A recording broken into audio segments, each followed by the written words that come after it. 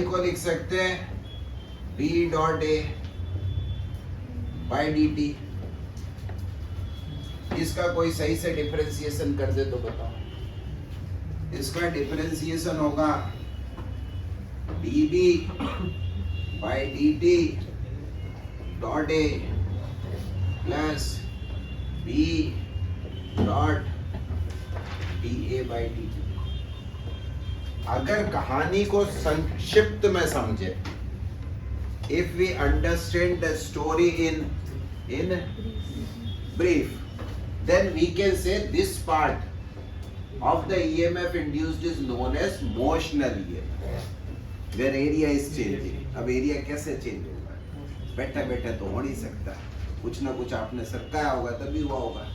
And this part is known as induced EMF.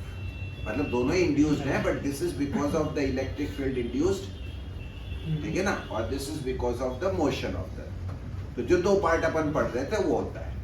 इस चीज को आप कितना ही डिराइव कर लो, खुदा कसम बीवीएल आएगा अगर सिंगल रॉड में ऊपर। यानी ये वाला पार्ट आप डायरेक्टली बीवीएल से निकाल सकते हो अगर आप चाहें तो। उस वाले पार्ट के लिए आपको dB by d t into A करना है। लकीली इस क्वेश्चन में हमारे लिए दिखाई दे रहा है सबको, लकीली इस क्वेश्चन में हमारे लिए सर्कल मूव नहीं कर रहा है, तो ये वाला टर्म क्या हो गया, तो dB by d t into A से काम चल जाएगा। dB बाई डी टी की वैल्यू B नॉट है, dB बाई डी टी की वैल्यू B नॉट है, देश का बच्चा बच्चा जानता है। और एरिया कितना लेंगे, पूरा नहीं लेंगे, कितना एरिया लेंगे, the one in which field is present. That means तो EMF induced पहले पार्ट में आएगा हमारे पास B naught into pi r square by t. अगर आप लेंस के बहुत बड़े फैन हैं और मेरी बात से नाराज है तो एक नेगेटिव साइन भी लगा सकते हैं।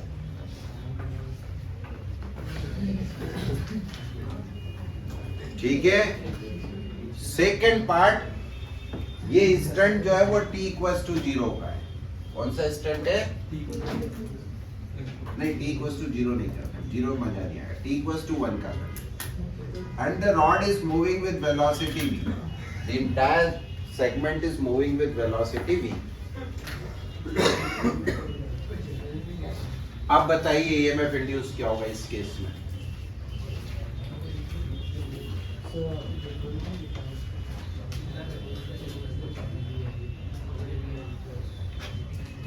EMF इंड्यूस क्या होगा इस केस में? अब दोनों टर्म नॉन जीरो आ जाएगी। अब आपकी इच्छा है कैसे सॉल्व करना है आपको। मैंने बोला था ये हमेशा BVL के बराबर होगा, काहे परेशान हो रहे हो? पहला टर्म तो आ गया आपके पास। अरे पहला टर्म बोलना हो नालायक, B naught into pi r square by 2 at this instant, ठीक है। और दूसरा टर्म पक्का BVL आएगा। L कितना लिखूं? Separation between and points. तो सेपरेशन बिटवीन एंड पॉइंट्स कितना है? तो BV इंटू 2R। मुद्दे की बात ये है कि इसे जोड़ा जाए कि घटाया जाए। दोनों के बीच में प्लस का साइन लगाया जाए कि माइनस का साइन लगाया जाए।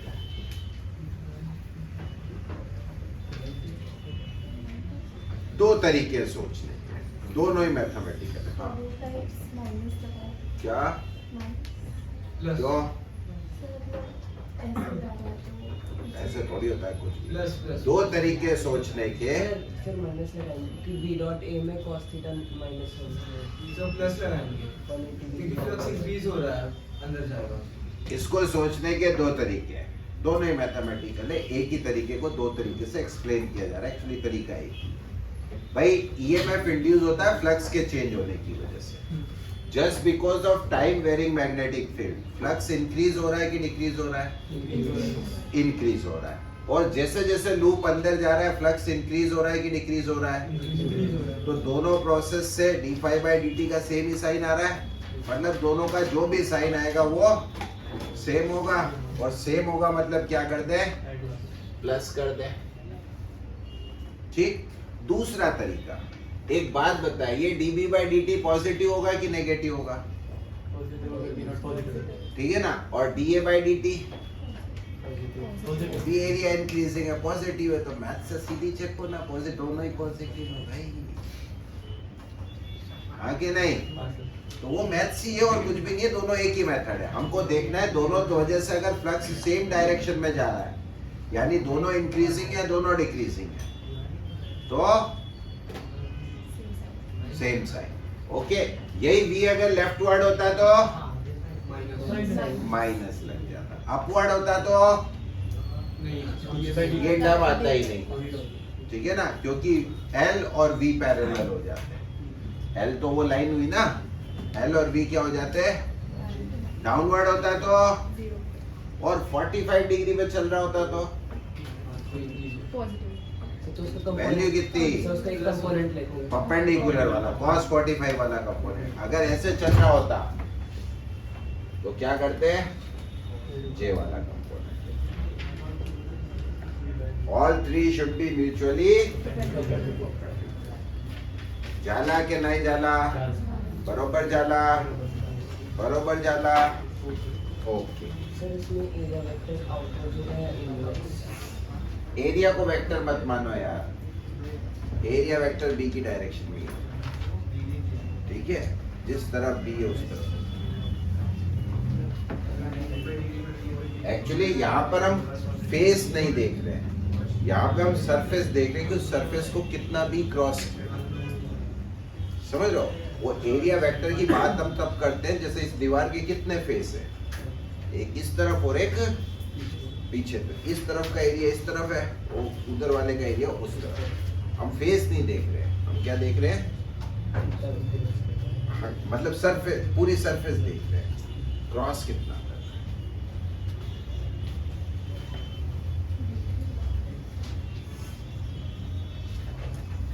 नेक्स्ट हेडिंग लिखिए, induced electric field, calculation of induced electric.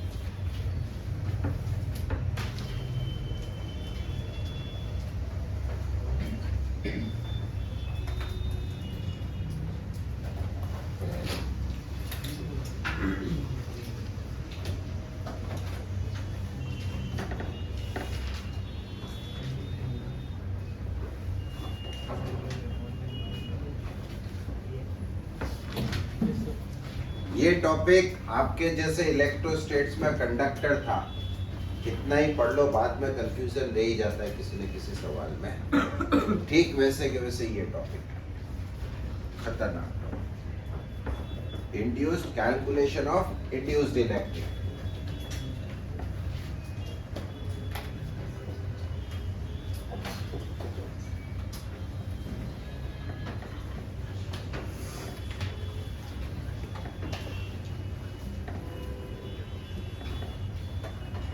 Suppose करिए we have a cylindrical region, where magnetic field is present, which is function of time, obviously time varying है, into the paper, और हमें general r distance पर magnetic electric field calculate करना है। Cylindrical reason के लिए मैंने शायद आपको बताया होगा कि इलेक्ट्रिक लाइन ऑफ फोर्सेस जो होती है सर्कुलर है, ठीक है। तो इसका मतलब जो भी इलेक्ट्रिक लाइन ऑफ फोर्स बनेगी सर्कुलर बनेगी। कोई r डिस्टेंस पे एक सर्कल बना देते, एक लूप बना देते,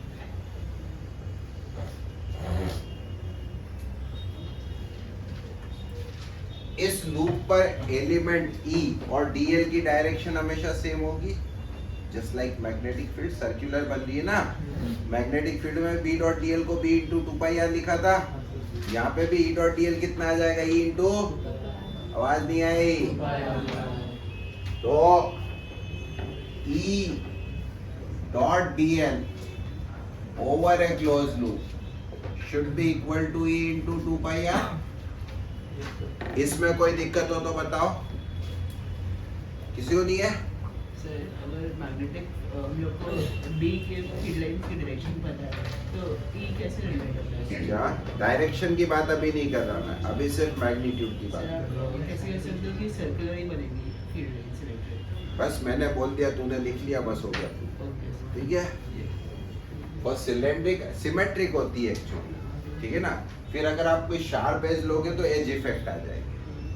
तो यूजुअली हम क्या करते हैं, या तो इनफाइनाइट लार्ज फील्ड रीजन लेते हैं ताकि सर्कुलर बने, या फिर सिलेंड्रिकल रीजन उसमें सर्कुलर बने, ऐसा जिसमें कोई एज नहीं है, समझ रहे हो। अब हेक्सागन लोगे तो सर्कल से थोड़ी बिगड़ी हुई शेप बनेगी, तो ना थोड़ी वो हेक्सागन बनने की कोशिश करेगी, थोड़ी सर्कल कोशिश करेगी, कंटिन्यूअस होगी, डिफरेंशिएबल होगी हर पॉइंट पे, तो शेप बिगड़ जाएगी। ऐसी शेप की अपन बात क्यों करें। ओके, ये किसके बराबर होना चाहिए?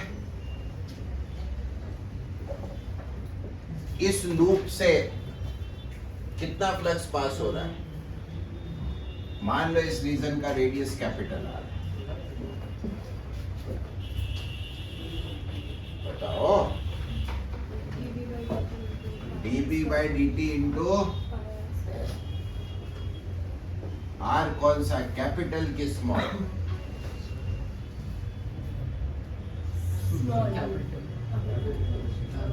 Magnetic field extend up to capital r only.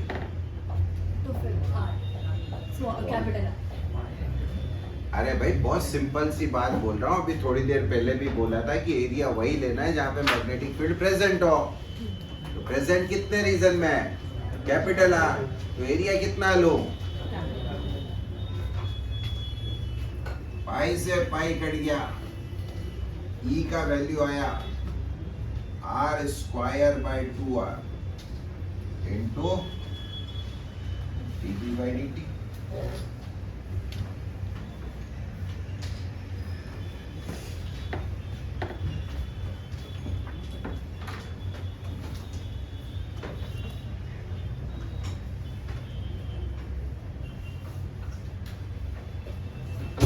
For small r, greater than r।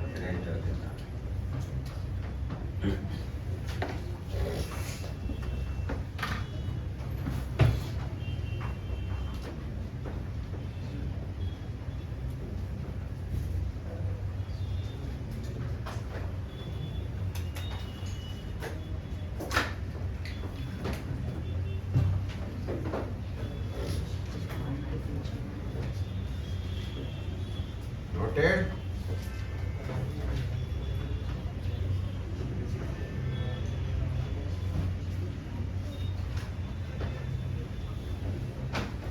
दूसरी चीज आती है ई की डायरेक्शन की, कि सर ई तो वेक्टर क्वांटिटी है, बिल्कुल वेक्टर क्वांटिटी, वेक्टर है तो डायरेक्शन होगी, बिल्कुल होगी। कहाँ होगी? तो कहाँ होगी वो हम वही लेंस लॉ से निकालेंगे। मान लीजिए अगर B इनटू द पेपर है और इंक्रीजिंग है, तो इसको डिक्रीज करने के लिए कैसा करंट चाहिए अपने को, क्लॉकवाइज या एंटी क्लॉकवाइज? अगर मान लीजिए B इनटू द पेपर है और इंक्रीजिंग है, तो लेंस बाबा बोल के गए it opposes the reason by which it is induced, anti clockwise चाहिए, तो इसका मतलब E की डायरेक्शन भी एंटी क्लॉकवाइज होगी, तभी तो एंटी क्लॉकवाइज करंट डेवलप कर पाएगा, है नहीं? तो E की डायरेक्शन भी, और अगर B इनटू द पेपर ही है लेकिन डिक्रीजिंग है, तो उसको सपोर्ट करने के लिए सेम डायरेक्शन का यानी क्लॉकवाइज करंट होना चाहिए, और वाइस वर्सा फिर चेंज हो जाएगा। तो ये आपको छोटी सी चीज ध्यान रखनी पड़ेगी कि E की डायरेक्शन किससे निकाली जाएगी? लेंस लॉ से निकाली जाएगी। तो इसके आगे लिख लीजिए direction of E will be calculated using Lenz law. Q B cross B वगैरह कुछ काम नहीं करेगा, सिर्फ लेंस लॉ काम करेगा यहाँ पे, ठीक है। For example if B is into the paper and increasing, B is into the paper and increasing. E will be anti-clockwise.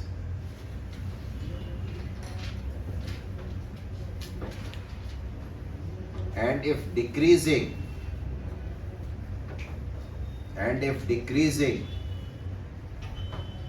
will be clockwise. Out of the paper होगा तो रिजल्ट जस्ट उल्टा हो जाएगा. मतलब out of the paper increasing होगा तो clockwise और out of the paper decreasing होगा तो एंटी क्लॉकवाइज. सिंपल बात है, कोई समस्या? अब इनसाइड निकालते, इनसाइड द सिलेंडर.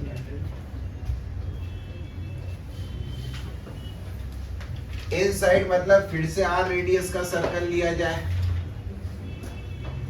लेकिन इस बार आर छोटा होना चाहिए.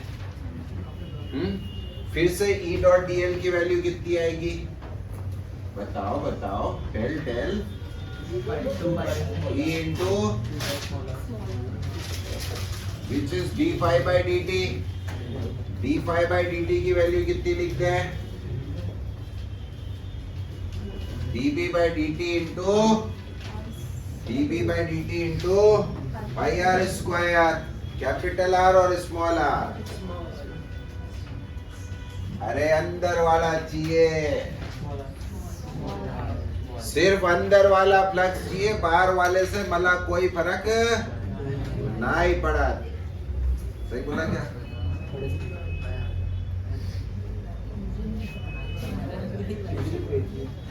पाई से पाई कैंसिल, आर से एक आर कैंसिल, तो ई का वैल्यू आया r/2 dB by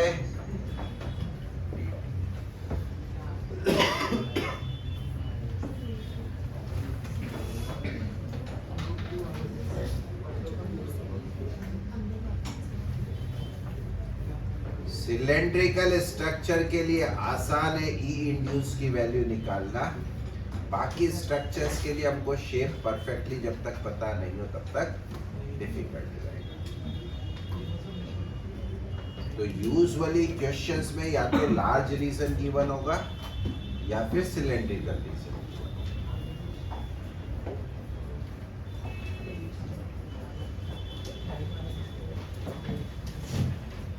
ठीक है.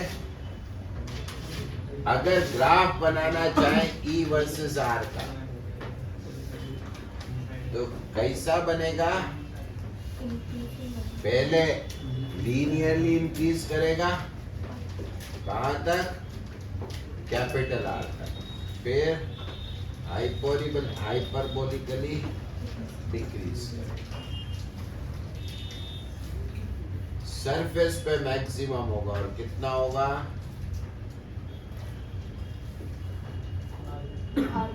वो नीट वाले बच्चों की तरह मत कर देना कि खुद भी आंसर में dB by dt लिख के छोड़ा हो. जो b दे रखा उसको डिफरेंशिएट कर लेना टाइम के रेस्पेक्ट.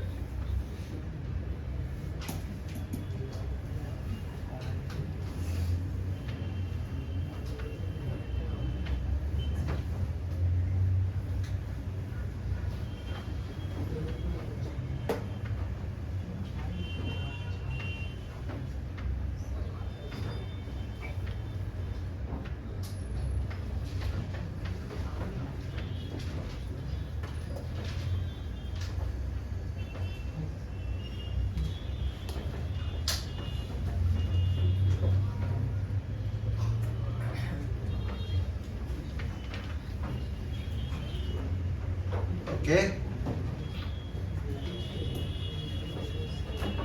एक छोटा सा क्वेश्चन पूछते हैं. ओजस से पूछते हैं. ओजस B is equals to B naught e to the power minus BT.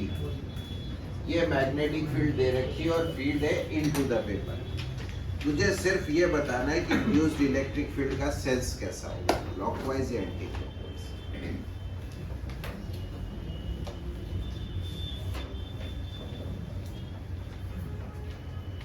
बहुत सिंपल क्वेश्चन, कोई बोलेगा नहीं, केवल ओजस.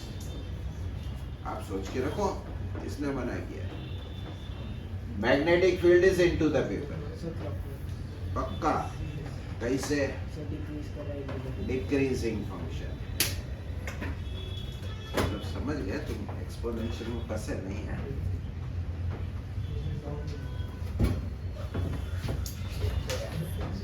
मैथ्स, अच्छा वो जस्ट तो मैथ्स फोड़ने वाला बच्चा है, हमको यार गलत आदमी पकड़ लिया।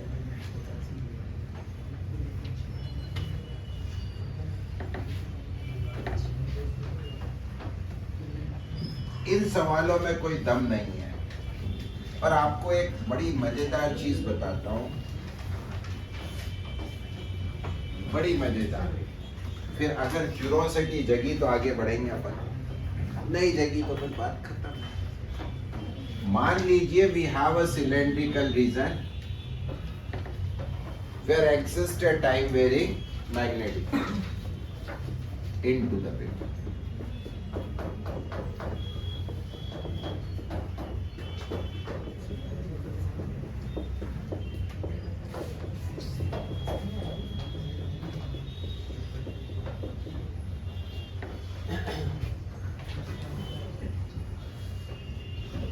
On the boundary of this circular region, there is a ring, coaxial ring, exact matching radius. मतलब ये ring है actually, और ये ring non conducting है।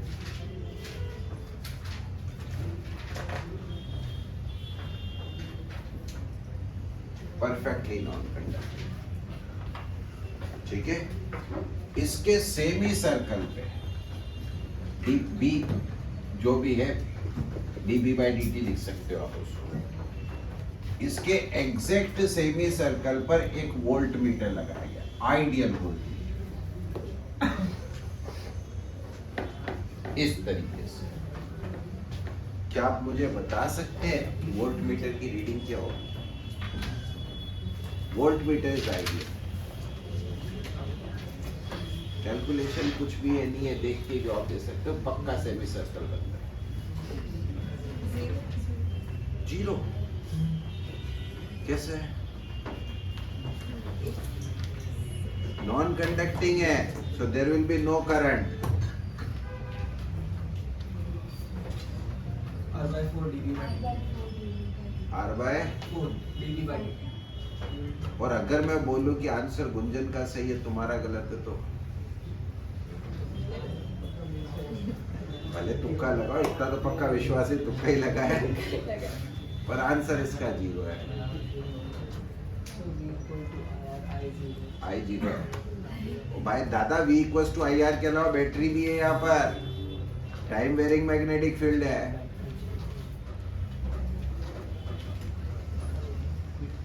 जानने में इंटरेस्टेड हो तो अगला एडिट डाला जाए, नहीं हो तो छोड़ देते हैं।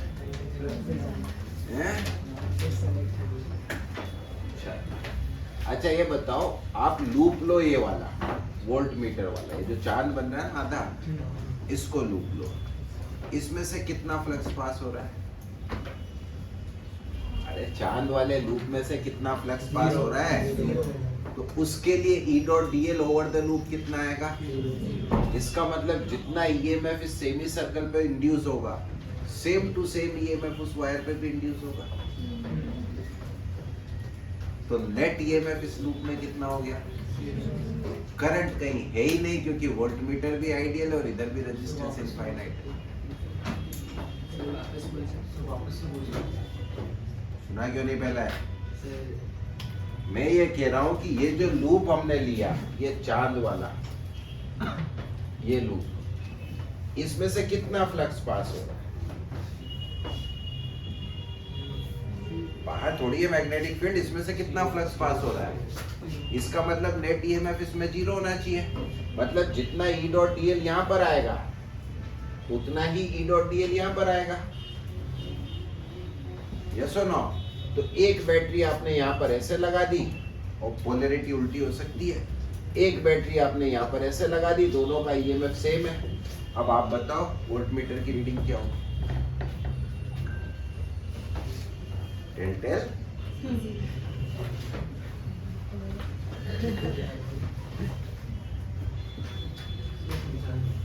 अब इसमें क्या समझाना, मार दूंगा पीट दूंगा नालायक। यहाँ भी तो इलेक्ट्रिक फील्ड है, तो यहाँ भी तो ई डॉट डी एल आएगा, तो यहाँ भी तो ईएमएफ आएगा। अब मैं यहाँ पर कोई फ्लक्स नहीं है, तो मैं सिंपल सी बात प्रूव कर रहा हूँ कि ये इंड्यूस्ड ईएमएफ और ये इंड्यूस्ड ईएमएफ दोनों क्या, अरे इस लूप से कितना फ्लक्स पास हो रहा है, तो d phi by d t कितना होगा, तो net EMF across the loop कितना होगा। ये कैसे बोल सकता है अगर तूने लूप के दो पार्ट ले लिए, तो एक पार्ट वाला दूसरे पार्ट वाले को कैंसिल करेगा तभी तो नेट जीरो होगा। हाँ आई बात समझ में। हाँ sir E dot d L is 0. हाँ ई dot d L is across the loop, this loop is zero, here it is not zero. अच्छा वहाँ पे मैग्नेटिक फील्ड है है मतलब उस रीजन में। हाँ ई डॉट डी एल किसी भी सेगमेंट में जीरो नहीं है, क्योंकि इलेक्ट्रिक फील्ड हम पहले ही निकाल चुके, ग्राफ बना चुके, हर जगह प्रेजेंट होती है सेंटर के अलावा। तो आपने कोई भी सेगमेंट ले लिया जो कि परपेंडिकुलर नहीं है ई के, कहीं पर भी ई डॉट डी एल जीरो नहीं होगा, ना अंदर ना बाहर। अब इन सवालों में सबसे बड़ी गलती क्या होती है, बच्चे को लगता है वो तो बाहर है, उसे क्यों परेशान करे, वो बाहर है तब भी परेशान हो। E induced everywhere present in space. Got it? Got it? क्या नहीं आता मुझे, इसीलिए तो मैं कह रहा मैं ई का वैल्यू निकालूंगा ही नहीं, मैं ई डॉट डी एल का वैल्यू निकालूंगा। हाँ वो तो अब सिखाऊंगा ना, वो तो क्यूरोसिटी दिमाग में डाल दी थी इसलिए क्वेश्चन पूछा, तो सिखाएंगे। ऐसे ही अगर ये वोल्ट मीटर अंदर लगा हुआ होता तो भी रीडिंग जीरो आती है, नॉन जीरो आती। अगर वोल्ट मीटर अंदर होता नॉन जीरो आती, क्योंकि अब इस लूप में कुछ ना कुछ नेट फ्लक्स चेंज हो रहा है, नेट फ्लक्स चेंज हो रहा है तो इसमें कुछ ना कुछ नेट ईएमएफ आएगा ही आएगा। जो नेट ईएमएफ आएगा, जो ये करंट फ्लो नहीं हो रहा उसके बराबर हो जाएगी रीडिंग। तो सर मतलब वो जो बाहर वाले वोल्टमीटर पे 0 इसलिए आ रहा है क्योंकि इधर का ई और इधर का ई कैंसिल हो गया। कुछ कंफ्यूजन? No confusion? तो लिखिए next heading, calculation of EMF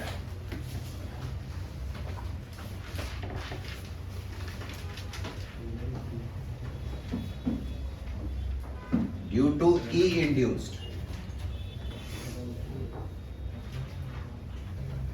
calculation of EMF bracket में लिख लेना, integration E dot d l, EMF bracket integration E dot d l due to E induced. Calculate कैसे करें? रीजन सिलेंड्रिकली लेंगे, मजबूरी है हमारी। सपोज इसमें आर लेंथ की एक रॉड दे दी, कितने लेंथ की? आर लेंथ की, और इसकी सेंटर से डिस्टेंस आर बाई 2 है, ये सेंटर है, और बी नॉट टी ले लो सपोज। और आपसे बोला है कि A to B E dot d l निकालो।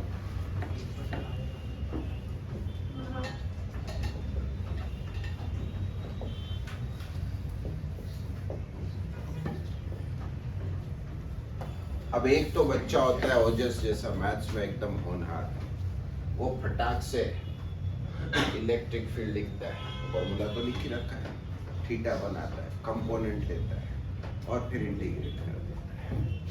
बहुत मेहनत का काम है। क्या काम है? बहुत मेहनत का काम है। दूसरे मेरे जैसे बच्चे होते हैं, नालायक होते हैं, आलसी होते हैं, काम करने का मन नहीं कर रहा होता, वो क्या करते हैं, जिन दो पॉइंट्स के बीच में आपको ईएमएफ पूछा है या ई डॉट डी एल पूछा है, उन्हें डायरेक्टली सेंटर से जोड़ देते हैं ऐसे। और फिर लिख देते this equals to d5/dt of triangle ABO। अरे सर कैसे कैसे बोलोगे तभी जवाब दूंगा, वरना नहीं दूंगा। बोलना पड़ेगा ऐसे। अरे सर ऐसे कैसे नहीं पूछना। सर कैसे कैसे सर ई डॉट कॉन्सेंट्रिक होता है, ई डॉट डीएल में एंगल 0 हो जाएगा, एंगल π/2 मिल जाएगा। कहाँ है ई डॉट डी एल? ओए पे। कहाँ है बीओ पे? हर पॉइंट पर एंगल कितना है? 90 degree. So we prefer to make a loop where remaining sides are radial. Radial sides ensure that E and B are sorry. DL and E are perpendicular to each other. कोई सी भी shape, क्या कोई सी भी shape.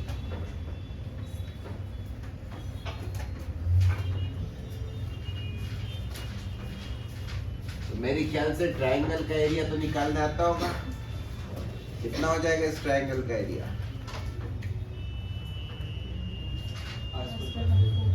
r²/4 into b0 is b.d। खत्म। अरे ये circle बनाया ना काके, 90 डिग्री बनाया ना सब पे, फिर भी बताना पड़ेगा। अरे ये लाइन रेडियल है, सर्कल पे टेंजेंट है इलेक्ट्रिक फील्ड, तो फिर बी डॉट डीएल में डॉट में कौन सा आता है? हैं? तो फिर तो सारा किस पे आया? ए बी पे आया। ट्रिक होती है, तो इसे नोट डाल के लिख लीजिए।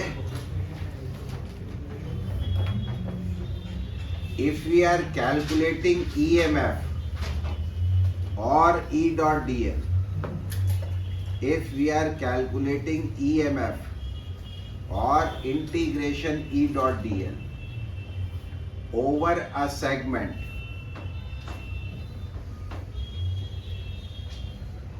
we prefer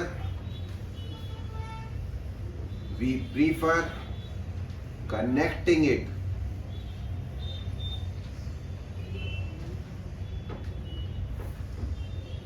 from radial lines to make a loop, because for radial lines E dot dl will be 0। ये इकलौता तरीका नहीं है, मतलब कभी कभी सिमेट्री और एंगल्स ऐसे बन जाते हैं कि आप स्क्वायर शेप बना सकते हो या हेक्सागन शेप बना सकते हो। अगर रेगुलर शेप बन गई तो divide by number of sides करके भी निकाल सकते हो। समझ लो, तो बेसिक तरीका है।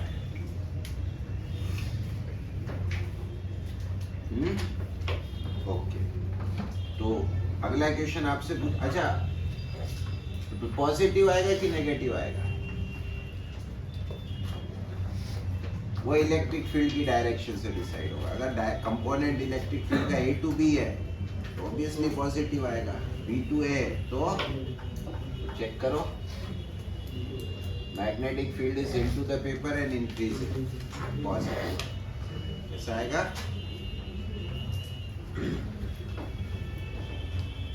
अब इन सवालों में सबसे बड़ी गड़बड़ क्या होती है, जैसे आपने E डॉट dl तो निकाल लिया,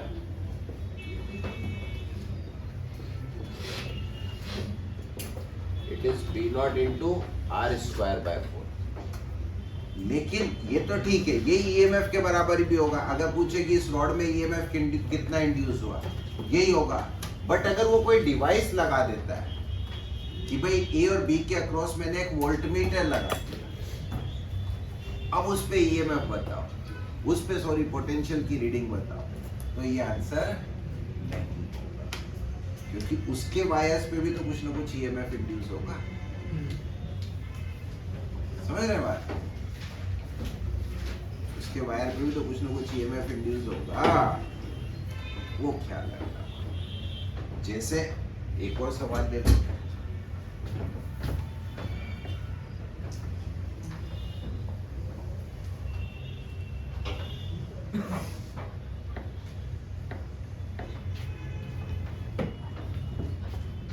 यही रॉड ए बी यहां पर रखी हुई है, इसकी लेंथ आर के बराबर है, इसके बराबर है। मैंने बाहर एक वोल्ट मीटर लगा दिया, आइडियल वोल्ट मीटर। बस रॉड यही है, बाकी सब कहीं भी सर्किट नहीं बन रहा है, ठीक है ना। B is equal to B naught t है। वोल्ट मीटर की रीडिंग क्या होगी? गोली मार देंगे।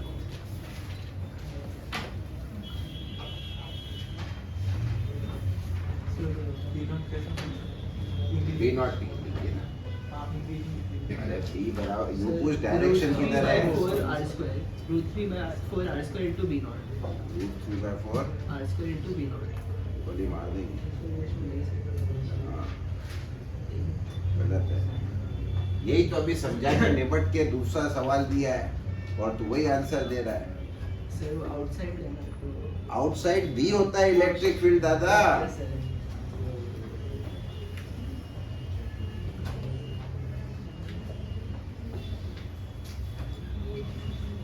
जो लूप बन रहा है ना वोल्ट मीटर वाला, उसका फ्लक्स देखो तो ये एंगल कितना बनेगा? सेंटर पे एंगल कितना बनेगा? 60 डिग्री। टोटल सर्कल का एरिया कितना होता है? पाई आर स्क्वायर। 60 डिग्री का कितना होगा? पाई आर बाय 6। ये वाला एरिया हो गया। इसमें से ट्रायंगल का एरिया सब्ट्रैक्ट कर दे, माइनस कितना? √3 आर स्क्वायर बाय 4। ये वाला एरिया आ गया। हाँ बोल दो।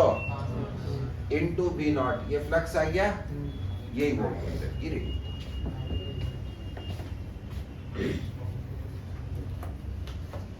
क्योंकि इतना नेट ईएमएफ जनरेट होगा इस लूप में। और अगर फिर करंट फ्लो करवा दिया by chance, depending on direction of current, it is either E minus I R, पर वो ई लूप का नेट ही लेना है। समझे कि नहीं समझे? ई किसका लेना है? लूप का नेट लेना।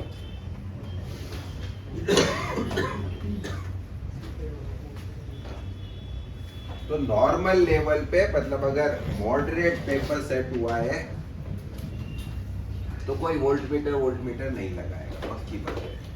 वो सिर्फ या तो ई डॉट डी एल पूछेंगे डिफरेंट शेप के, या फिर कोई वायर दे देंगे, सेगमेंट दे देंगे, उस पर ईएमएफ पूछ लेंगे। एक ही बात है, वो हम आसानी से कैलकुलेट कर सकते हैं। दोनों एंड पॉइंट्स को सेंटर से जोड़ के एक लूप बना ले और उसका एरिया निकाल के डिवीजन।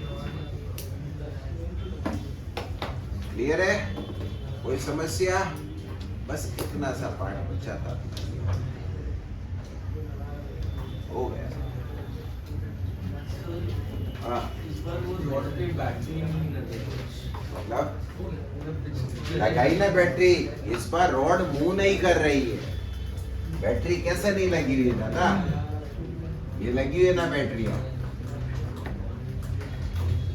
अभी तो बताया था, बस पहले क्या दिख जाती थी कहाँ लगाना है, क्योंकि रॉड मूव कर रही थी। अब रॉड मूव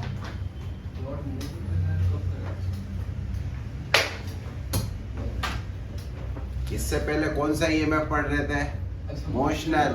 नहीं, मैं वो नहीं बोल रहा हूँ। हाँ वो सर्कल बनाए थे ना, सर्कल पे जिसका जीरो आया था। हाँ तो उधर सर्कम्फरेंस पे एक बैटरी लगाए थे। हाँ, तो इस बार रॉड पे क्यों नहीं लगाते? तो एक ही बात है ना, इस बार तो समझ में आ गया ना। ये E1 है, ये E2 है, और E1 और E2 इस बार सेम नहीं है, क्योंकि अंदर नेट फ्लक्स जीरो नहीं है।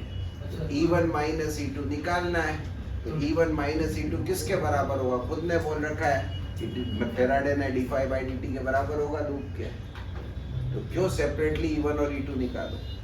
Direct E1 minus E2 d∅dt निकाल लें।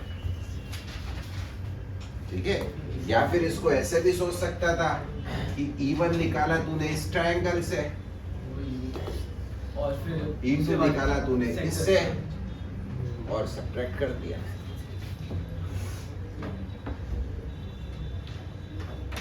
ठीक है, नेक्स्ट हम बात करते हैं। हाँ तो ये जो वोल्टमीटर की रीडिंग तो मतलब ये जो हमारा आंसर है तो ई डॉट डी को इंग्लिश में ओवर द लूप। एक बात बता, वोल्टमीटर की रीडिंग किसके बराबर होती है? पोटेंशियल डिफरेंस के। Potential difference when no current is flowing किसके बराबर होता है? तो ये निकाल दी, ई डॉट डी ईएमएफ भी तो होता है। हे भगवान, क्या करूं मैं इसका? ई डॉट डी आर क्या होता था? तो वोल्टेज और ईएमएफ में अंतर क्या है?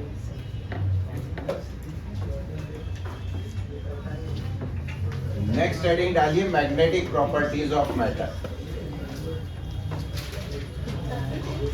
हाँ, चैप्टर सिलेबस फिनिश, चैप्टर 9।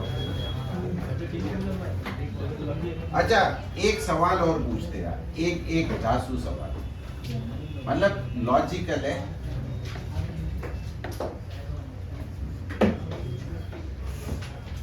एक लूप है, लूप में suppose time varying magnetic field है, फील्ड चेंज हो रहा है, ईएमएफ इंड्यूस होगा, लूप है तो कुछ ना कुछ करंट भी डेवलप होगा, करंट डेवलप होगा तो उस करंट की वजह से कुछ ना कुछ मैग्नेटिक फील्ड भी आएगी, मैग्नेटिक फील्ड आएगी तो फाई इंड्यूस्ड भी आएगा, इसकी वजह से भी तो फाई इंड्यूस्ड आएगा, हाँ या नहीं? हाँ या नहीं? अब मेरा क्वेश्चन ये है कि जब फैराडेज लॉ लिखते हैं EMF is equals to d phi by dt, तो ये केवल फाई एक्सटर्नल होता है या phi external plus phi induced होता है?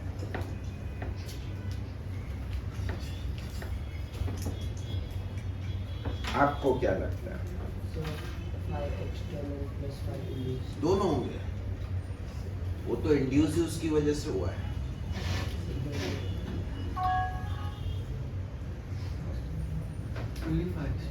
हैं?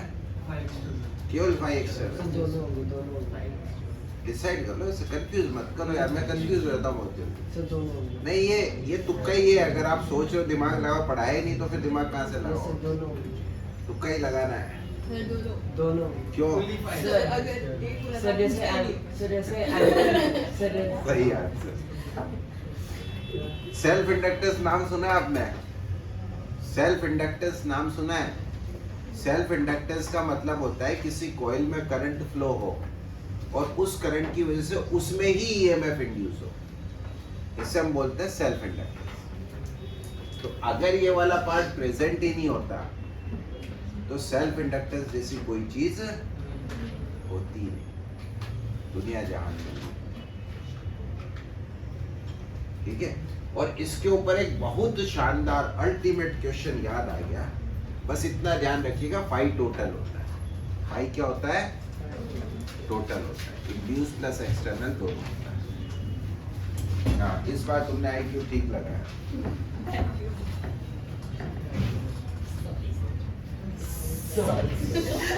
Sorry for what?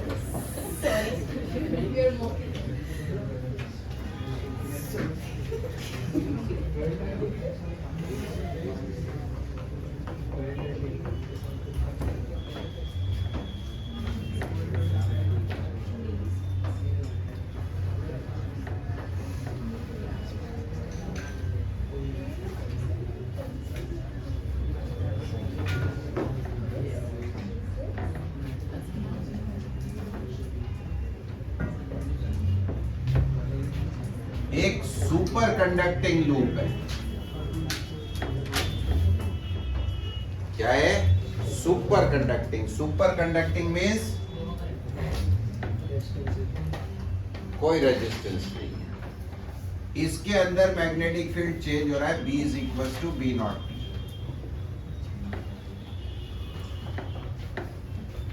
ठीक है.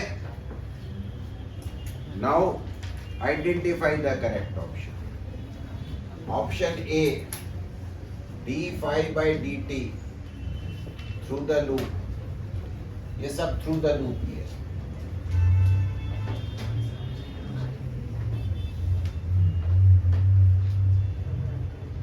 d phi by dt is 0.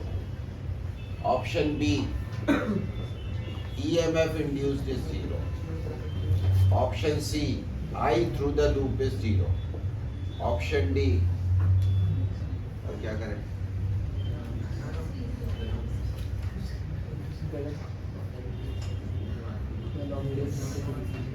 None of this.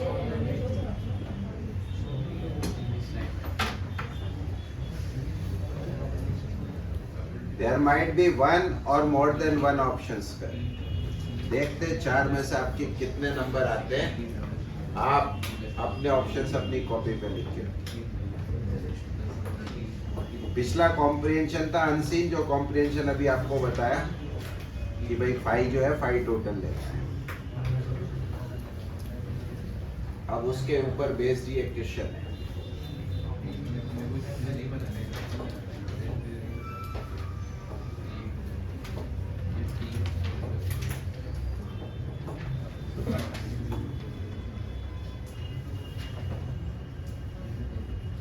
जन आज दिन है तेरा, तेरे तुक्के काम कर रहे हैं.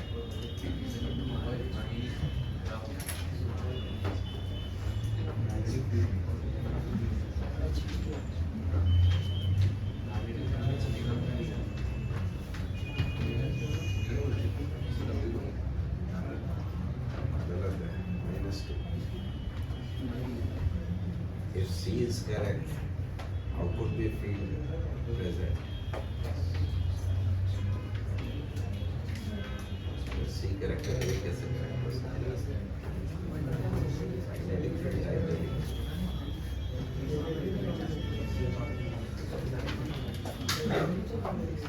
बहुत समस्या है. देखिए, अगर आप मानते A सही है तो B भी सही होगा, C भी सही होगा. अगर आपको लगता है C सही है तो A कंफर्म गलत होगा. सर बट अगर ए सही है तो फिर इसमें नॉट सही. Why? सर काफी करंट जो फिर डॉक्टर फाइव यूज कर रहा हूँ कैंसिल कर रही है. हाँ तो फिर पर अगर A सही है तो करंट नॉन जीरो, वही तो कह रहा हूँ. बट जब EMF ही नहीं आया तो करंट कैसे आएगा? क्या आंसर? जब बात कर रही है सच में तुक्का मारा है कि सोचा कुछ? तो हल्का से क्या सोचा बताओ. नहीं, कभी कभी क्या होता है ना, हम अपने थॉट्स को एक्सप्रेस नहीं कर पाते. हमेशा तुक्के नहीं लगते हैं.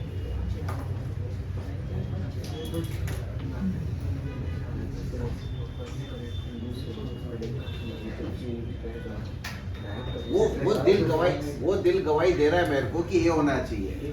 But my question is if A is correct B is correct. हाँ तो सी करेक्ट होते तो फिर ए गलत हो गया. अगर आई डेवलप नहीं हुआ तो फ्लक्स तो चेंज होगा ही होगा, एक्सटर्नल वाला चेंज होगा.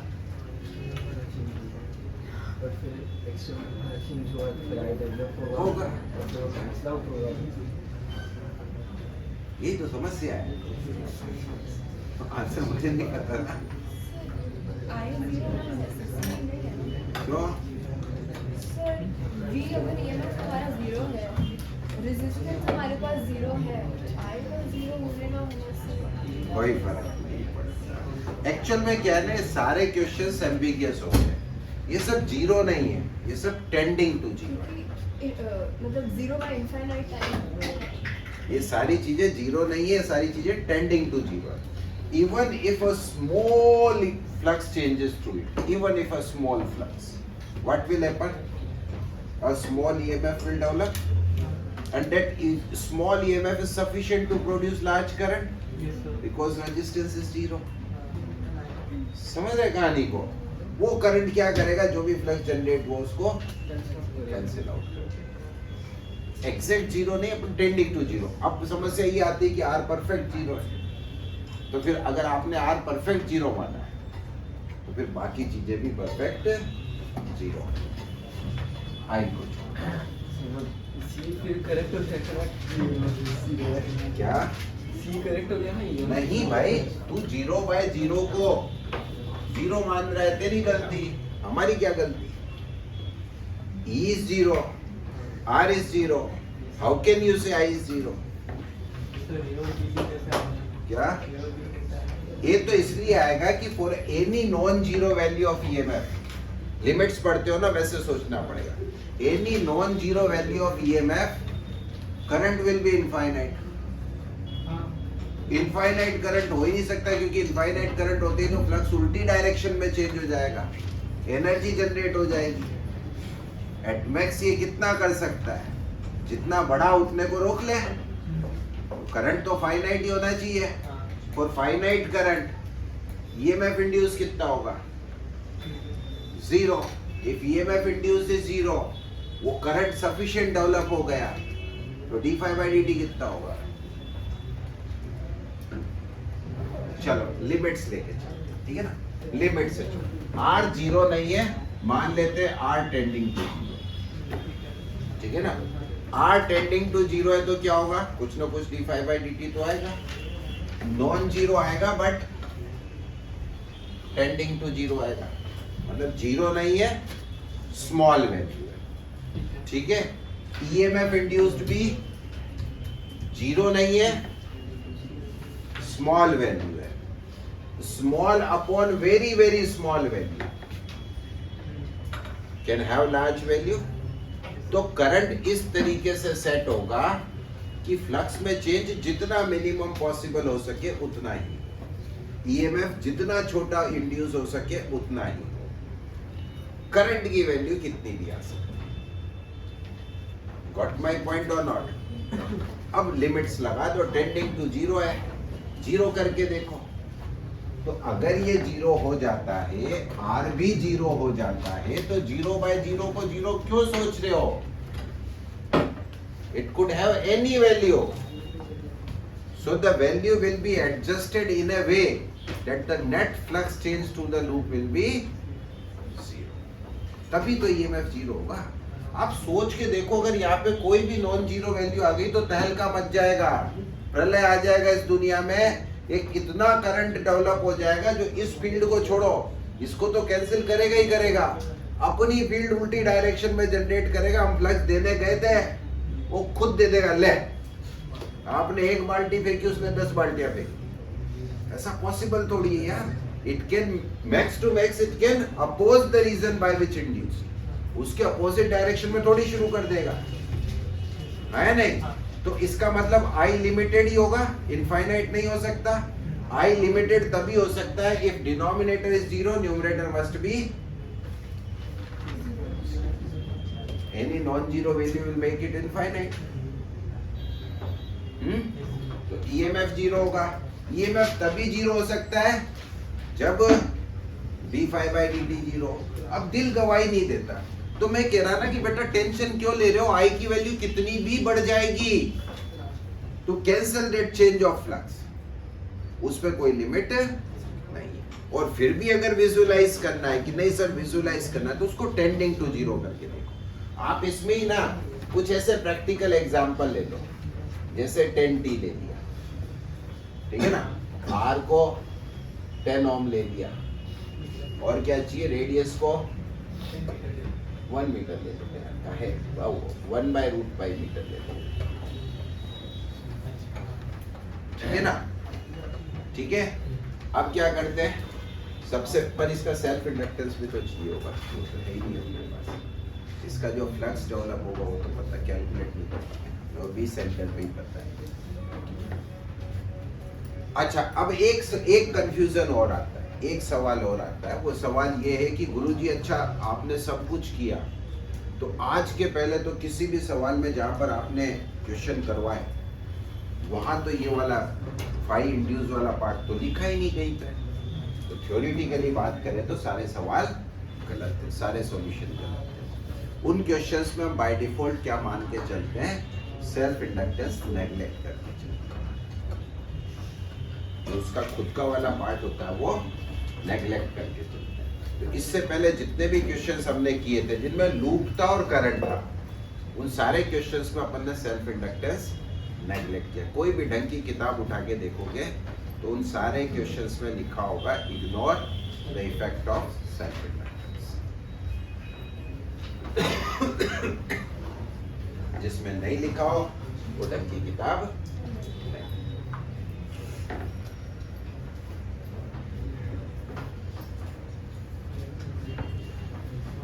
ठीक है,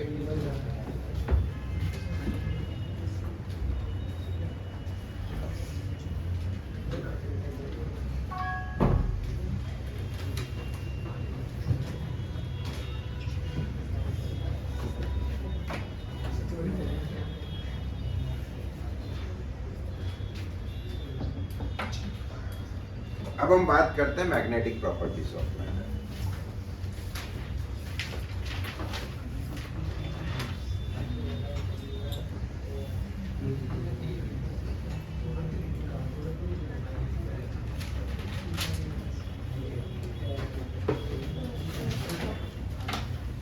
Based on magnetic behavior, materials can be classified into 3 categories. कितनी कैटेगरीज? कौन कौन सी?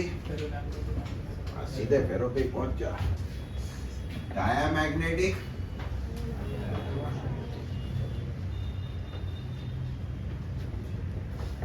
पैरामैग्नेटिक,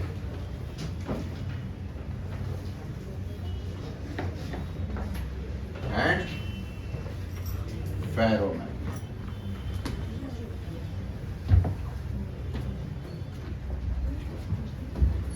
ऐसा होता है क्यों, उसके पीछे जवाब देता है। डाया वो मटेरियल्स होते हैं जिनके अंदर मैग्नेटिक फील्ड की स्ट्रेंथ रिड्यूस हो जाती है। डाया जिसके आगे लगा दिया उसका इफेक्ट है decreasing effect, like dielectric. तो डाया इलेक्ट्रिक मटेरियल्स क्या करते थे, फील्ड को, इलेक्ट्रिक फील्ड को डिक्रीज करते थे। डाया मैग्नेटिक क्या करेंगे, मैग्नेटिक फील्ड को डिक्रीज करेंगे। तो इनकी प्रॉपर्टी होती है रिड्यूसेस बी। इनकी प्रॉपर्टी क्या होती है, इंक्रीजेस बी। अब आपने पैरा इलेक्ट्रिक मटेरियल नहीं सुने होंगे, सुने क्या? रियल में होते भी है, नहीं है, पर आर्टिफिशियली बना लिए गए। इवन एक कॉम्प्रिहेंशन आया हुआ है जेई के अंदर जिसमें उन्होंने पैरा इलेक्ट्रिक मटेरियल, कोई बात नहीं, वही अपनी डाइलेक्ट्रिक मीडियम वाली थ्योरी चलाओ। पैरा इलेक्ट्रिक के लिए के की वैल्यू x से कम आएगी। के क्या था, डाइलेक्ट्रिक कांस्टेंट, तो जितना टाइम होता था उतना डिक्रीज हो जाता था। पैरा इलेक्ट्रिक के लिए के की वैल्यू x से भी छोटी आएगी। ठीक है, ये क्या करते हैं, हाईली इंक्रीजेस,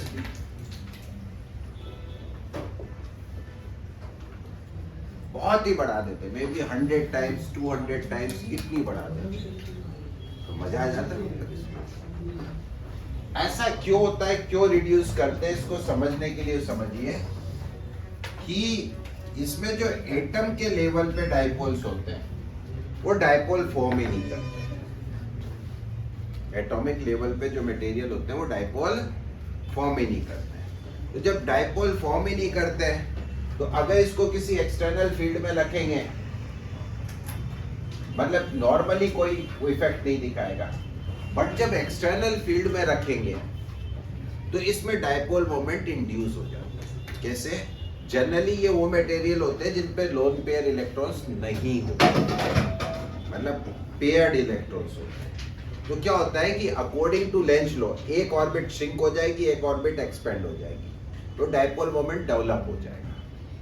एक्सटेंड हो गई तो एरिया बढ़ गया, श्रिंक हो गई तो एरिया कम हो गया, तो मैग्नेटिक डाइपोल मोमेंट इंड्यूस हो जाएगा। और लेंज बाबा कह गए कि इंड्यूस वाला जो भी पार्ट होता है it opposes the reason by which it is induced. ठीक है ना? तो यहाँ पर डाइपोल मोमेंट सब किस दिशा में इंड्यूस होंगे, अपोजिट टू द इंड्यूस। नतीजा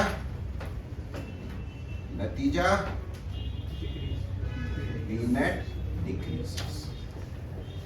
ये कौन से होते हैं, do not having lone pair electrons.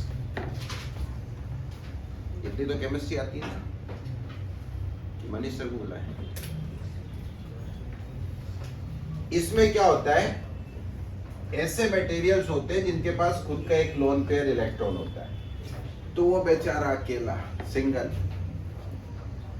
जब ऑर्बिट करता है तो उसके मैग्नेटिक फील्ड को कैंसिल करने वाला कोई दूसरा इलेक्ट्रॉन अवेलेबल नहीं होता है। तो नतीजा इस पे एटॉमिक लेवल पे मैग्नेटिक डाइपोल्स ऑलरेडी प्रेजेंट होते हैं, बट वो रैंडमली अलाइंड होते हैं। और कम्युलेटिव इफेक्ट जब कोई एक्सटर्नल फील्ड नहीं होता है तो जीरो होता है। ठीक है, तो जनरली पैरामैग्नेटिक मटेरियल्स कौन से होंगे, जिनके पास लोन पेयर इलेक्ट्रॉन होगा। जैसे फॉर एग्जांपल हाइड्रोजन तो ऑब्वियसली हो गया, एक ही तो बेचारे के पास, और लिथियम, और जो भी तू क्या फर्स्ट ऑर्बिट ही बोल, फर्स्ट वही ब्लॉक बोलेगा कि ऑर्बिट होंगे लोन पेयर वाले यार। एस का फर्स्ट, टी का फर्स्ट, डी का फर्स्ट, एफ का फर्स्ट, सब लोन पेयर होंगे। लेकिन ठीक है, बस मुझे भी आता है। अब जब हम एक्सटर्नल फील्ड लगाएंगे तो क्या होगा, इन पे टॉर्क लगेगा, टॉर्क लगेगा तो ये सारे लाइन में अलाइन हो जाएंगे, ऐसे अलाइन हो जाएंगे। अब magnetic field inside the dipoles south to north होती है, ध्यान रखना। तो फील्ड स्ट्रेंथ बढ़ेगी कि घटेगी, बढ़ जाएगी। तो बी क्या होगा, इंक्रीज हो जाएगा। और तीसरे मटेरियल होते हैं फेरोमैग्नेटिक। ये भाई इंडियन पॉलिटिक्स से इंस्पायर्ड है, full on inspired by Indian politics. ये क्या करते हैं, अपनी अपनी एक पार्टी बना लेते हैं, जैसे भारतीय जनता पार्टी, कांग्रेस पार्टी, और यहाँ पे शिवसेना, और फलाना शिवसेना, शिंदे शिवसेना, जो भी, ठीक है ना। ये जो पार्टियां, ये जो इकट्ठे होकर एक ही विचारधारा के लोग जो इकट्ठे होते हैं, इनको अपन पॉलिटिक्स में पार्टी बोलते हैं। यहाँ पर हम इनको बोलते हैं डोमेन्स। क्या बोलते हैं, डोमेन्स। मतलब इफेक्ट वही वाला है, लेकिन अब एक आदमी का नहीं है, अब इकट्ठे ग्रुप का है। और ऑब्वियस सी बात है, ग्रुप का इफेक्ट तो ज्यादा बड़ा होगा। तो they form the domains. In normal scenario, what happens? The domains resultantly cancel out each other. जैसे मान लो ये सारे rightward magnetic field वाले हैं, ये सारे downward field वाले हैं, ये leftward वाले हैं, तो सबकी साइज इक्वल है, सबका नेट इफेक्ट कितना हो गया, 0 हो गया नॉर्मल सिनेरियो। पर जब हम एक्सटर्नल फील्ड लगाते हैं, अब एक्सटर्नल फील्ड का मतलब यूं है कि समझ लो किसी एक पर्टिकुलर पार्टी की हवा चल रही है, माहौल बना हुआ है, जैसे बीजेपी का माहौल बना हुआ है। तो क्या होता है, इधर उधर की पार्टी के लोग अपनी पार्टी छोड़कर बीजेपी में शामिल हो जाते हैं। यही होता है ना, नहीं सुना कि आप लोग? राघव चड्ढा भी बेस्ट एग्जाम्पल है, ठीक है ना। इवन जो अभी सीएम बना बंगाल में, वो भी टीएमसी को छोड़ के आया था पहले। तो नतीजा क्या होता है कि अगर इधर के कुछ मॉलिक्यूल्स इसमें चले गए, इधर के मॉलिक्यूल्स कुछ इसमें चले गए, इधर के कुछ मॉलिक्यूल्स इसमें चले गए, तो जो सपोर्टिंग डोमेन है उसकी साइज तो बड़ी हो जाती है, और अपोजिंग डोमेन की साइड छोटी रह जाती है। तो ओवरऑल क्या होगा, एक मैग्नेटिक डाइपोल मोमेंट डेवलप हो जाएगा। और चूंकि अब ये ग्रुप का रिजल्ट है, तो ये रिजल्ट इसके कंपैरिजन में बहुत हाई होता है, ठीक है। इनफैक्ट जब आप ये फील्ड हटाते हो, तो ये जो फेरोमैग्नेटिक सब्सटेंस होते हैं थोड़े आलसी भी होते हैं, आयुष जैसे बिल्कुल, ठीक है ना। तो जब आप इन फील्ड को हटाते हो तो ये डोमेन्स वापस, जैसे मान लो 5 साल बाद बीजेपी की हवा गई, तो तो इमीडिएटली दूसरी पार्टी में नहीं आ जाता है। जब तक उसकी हवा नहीं चलेगी तब तक वहीं बैठे रहेंगे शांति से, समझ लो। तो वही बैठे रहते हैं, वही बैठे रहते हैं, तो ओवरऑल एक मैग्नेटिक डायपोल मोमेंट बन गया। और ऐसे बनती है परमानेंट मैग्नेट्स, ऐसे बनती है। अब आपने हटा के छोड़ दिया, अब इसमें एक डायरेक्शन में आ गया, तो ये नॉर्थ पोल बन गया, ये साउथ पोल बन गया, ये परमानेंट मैग्नेट।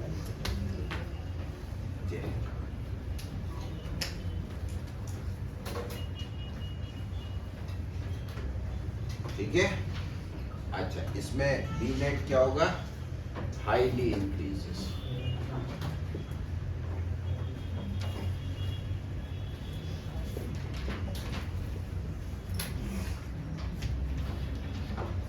अभी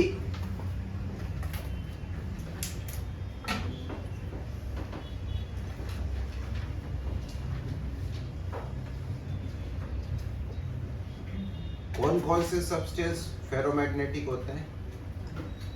3 मटेरियल, फेकोनी, फेरस, कोबाल्ट, निकेल। लिख ले फेकोनी, तो मारवाड़ी लोग समझ गए होंगे। फेकोनी, फेकोनी, फेंक दो।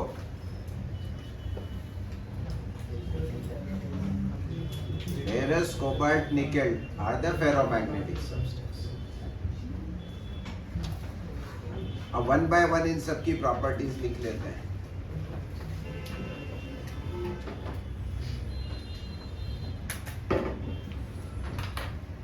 तो डाया की प्रॉपर्टीज में लिखिए।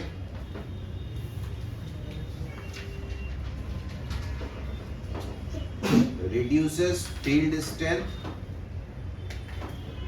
पहली प्रॉपर्टी। दूसरी प्रॉपर्टी इसी में कंटिन्यूअसली लिखिए। Weekly rippled by magnetic field. जैसे मैग्नेट को लोहे के पास लाते तो लोहा अट्रैक्ट होता है ना, लोहा फेरोमैग्नेटिक सब्सटेंस है तो अट्रैक्ट होता है। डायमैग्नेटिक सब्सटेंस रिपल हो, weekly rippled by magnetic field, ठीक है ना। तीसरी चीज, मैग्नेटिक लाइन ऑफ फोर्सेस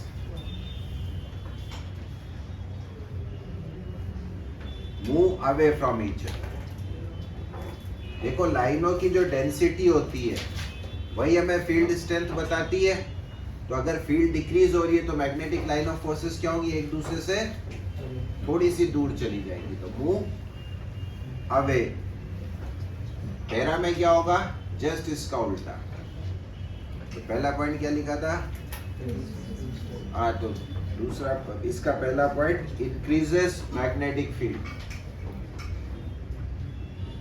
और अट्रैक्शन के बारे में क्या बोलेंगे? Weekly attracted.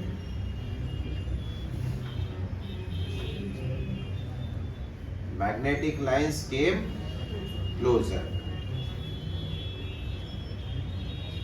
अच्छा, मुझे दुख है आप में से किसी ने ये सवाल नहीं पूछा कि क्या ये मटेरियल्स डाया बिहेवियर नहीं दिखाएंगे? बिल्कुल दिखाएंगे, पर डाया इफेक्ट जो होता है वो पैरा के कंपैरिजन में बहुत स्मॉल होता है। तो जैसे मान लो 100 टाइम्स पैरा इफेक्ट है, 1 टाइम्स डाया इफेक्ट है, तो ओवरऑल कितना रहा? 99 अभी भी पैरा, ठीक है ना। तीसरा लिखिए, पैरामैग्नेटिक से ज़्यादा स्ट्रॉन्ग नहीं होता सर, क्योंकि पैरामैग्नेटिक में थ्रू आउट पूरा मटेरियल एक पार्टी का होता है, फेरोमैग्नेटिक में नहीं बेटा, ये अपन क्या डायग्राम में बना देते हैं तो अपने को लगता है कि सारे साथ, ये स्कूल असेंबली थोड़ी कि सब लाइन में बराबर खड़े हो जाएंगे। थर्मल एजिटेशन नाम की भी कोई चीज होती है, एजिटेशन, वाइब्रेशन ऑफ मॉलिक्यूल्स, ठीक है ना। तो ऐसे ओबीडियंट बच्चे नहीं है, तुम्हारी तरह ही है। तो मैंने बना दिया लाइन लाइन लाइन लाइन, बनती नहीं एग्जैक्ट सेम लाइन, ठीक है। यहाँ जरूर बन जाती है जो ग्रुप में होता है। कहाँ थे? पैरों में तीनों लिख लेना है जो लिखना है। Highly increases field, strongly attracted by magnetic field. जैसे आपने देखा होगा कि मैग्नेट को अगर आयरन पीस के पास ले जाए तो आयरन पीस को स्ट्रॉन्गली अट्रैक्ट करता है। strongly attract the magnetic field. तीसरा लिखिए, almost all magnetic lines passes through ferromagnetic substance. Almost all magnetic lines passes through. ये फील्ड इतना ज्यादा हो जाता है ना, ये सारी उसी में से पास होती, बाहर से कुछ पास नहीं होती। तो जैसे अगर आपको याद हो तो इलेक्ट्रोस्टैट्स में हम बोलते थे शील्डिंग इफेक्ट। किसी भी चीज को एक्सटर्नल फील्ड से बचाना होता था तो हम उसे कंडक्टर से कवर कर देते थे। यहाँ पर फेरोमैग्नेटिक सब्सटेंस से कवर कर देते हैं। तो बाहर का मैग्नेटिक फील्ड सारा फेरो में से पास हो जाएगा, अंदर वाले को इफेक्ट ठीक है। ऐसा मटेरियल है क्या जो हाईली रिड्यूसेस मैग्नेटिक? नहीं ऐसा कुछ। बाकी रुको 10-12 साल, कोई ना कोई साइंटिस्ट लोग पड़े हुए पीछे कुछ ना कुछ ढूंढ लेंगे। रिड्यूस वाला इफेक्ट समझ लो, इंडक्शन की वजह से हो रहा है। कितना इंड्यूस कर पाएंगे? जैसे उसमें एक ग्रुप को टुवर्ड्स यहाँ तो सब एक ही डायरेक्शन में लाइन है, डोंट वरी। थोड़ा बहुत थर्मल एजिटेशन का इफेक्ट आएगा, बाकी कुछ नहीं है। इनफैक्ट ये जो थर्मल एजिटेशन है इतना खतरनाक होता है कि एक पर्टिकुलर टेम्परेचर के बाद फेरोमैग्नेटिक रहता ही नहीं है। Above a certain temperature, we know that temperature by Curie's temperature. So above a certain temperature all ferromagnetic substance becomes paramagnetic. Temperature is defined as Curie's. वो लिखवाएंगे आगे बाद में जब टेम्परेचर डिपेंडेंसी बात करें, ठीक है। चलिए फिर, good luck for tomorrow and enjoy your holidays. जहाँ भी घूम के आए, जहाँ से भी घूमने जाए, खाने पीने खाली हाथ आ गए देख लें।